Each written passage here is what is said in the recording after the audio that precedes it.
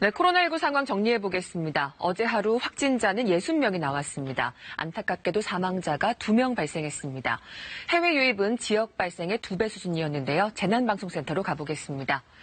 자, 이혜진 기자, 먼저 오전에 발표된 확진자 현황과 눈에 띄는 점 짚어주시죠. 네, 국내 코로나19 누적 확진자는 모두 13,672명입니다. 어제보다 60명이 늘었는데요. 사망자도 2명이 발생해서 모두 293명으로 집계가 됐습니다. 신규 확진자 가운데 국내 감염은 21명이고요. 해외 유입이 39명입니다. 최근 날짜별로 발생 현황을 살펴보겠습니다. 여기서 파란색으로 표시된 지역 발생은 지난주에 비해서 줄어들고 있죠. 반면에 빨간색으로 표시된 해외 유입의 비율은 높아지고 있습니다. 해외 유입이 국내 지역 감염보다 계속해서 더 많이 발생하고 있는 건데요. 해외 유입 사례들의 특징을 살펴보겠습니다. 4월부터 6월 중순까지는 유학생이나 해외 교민 등이 대부분이었습니다. 그런데 최근에는 보라색 부분인 외국인 비율이 높아졌습니다.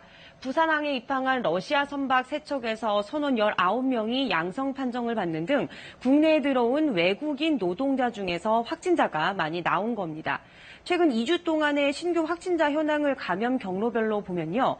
신규 확진자 중에서 해외 유입 감염자가 전체의 절반을 넘습니다. 반면에 집단 감염은 30%대로 줄었습니다. 긍정적인 부분도 있습니다. 그동안 감염 경로를 알 수 없는 이른바 깜깜이 환자의 비율이 줄지 않아서 걱정이었는데요. 이 비율이 8.8%로 10% 밑으로 떨어졌습니다. 네, 그럼 구체적인 지역별 상황은 어떻습니까? 네, 신규 확진자를 지역별로 보면요. 해외 유입은 제외하고 국내 감염 부분만 보겠습니다. 이번 주에 나흘 연속 10명대를 유지했는데 오늘은 20명대로 증가했습니다. 여기서 서울이 7명으로 가장 많고요. 경기와 광주가 각각 5명입니다. 여기서 눈여겨볼 지역은 바로 제주도인데요.